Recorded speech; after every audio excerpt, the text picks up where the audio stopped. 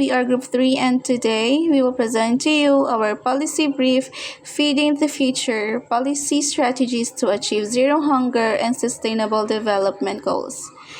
Now, hunger remains one of the most urgent challenges worldwide. Over 800 million people still face food insecurity, especially in developing countries. While emergency aid exists, it's not enough.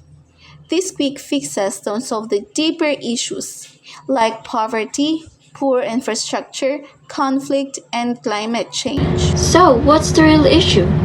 It's not just about food being unavailable, but it's also about access.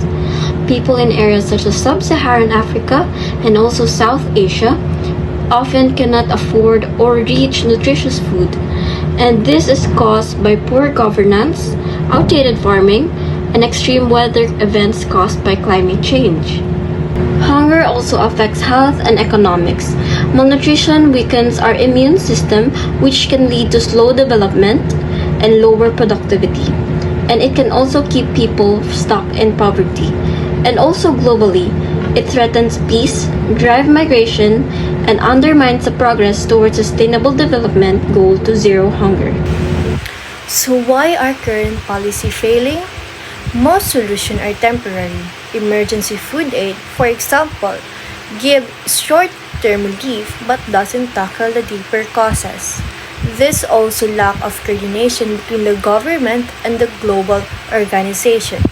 In many cases, political conflict disrupt food system altogether, leaving people even more vulnerable. And despite the growing climate crisis, most policies still doesn't include the long-term strategies to protect food system from flood, drought, and extreme weather. That's why we need a new global approach, one that's sustainable, inclusive, and resilient. Hunger doesn't just humanitarian issue. It is a political, environmental, and economic issue.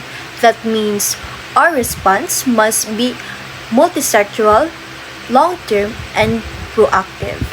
So what do we recommend? First, invest in sustainable agriculture. Governments must fund climate smart farming methods and modern technology to increase yields and protect the environment. Second, strengthen social protection systems. We need safety nets like food subsidies, school meals, and healthcare access to shield the most vulnerable communities from shocks and disasters. And for the third part is we need to improve governance and conflict resolution. Food security depends on political stability.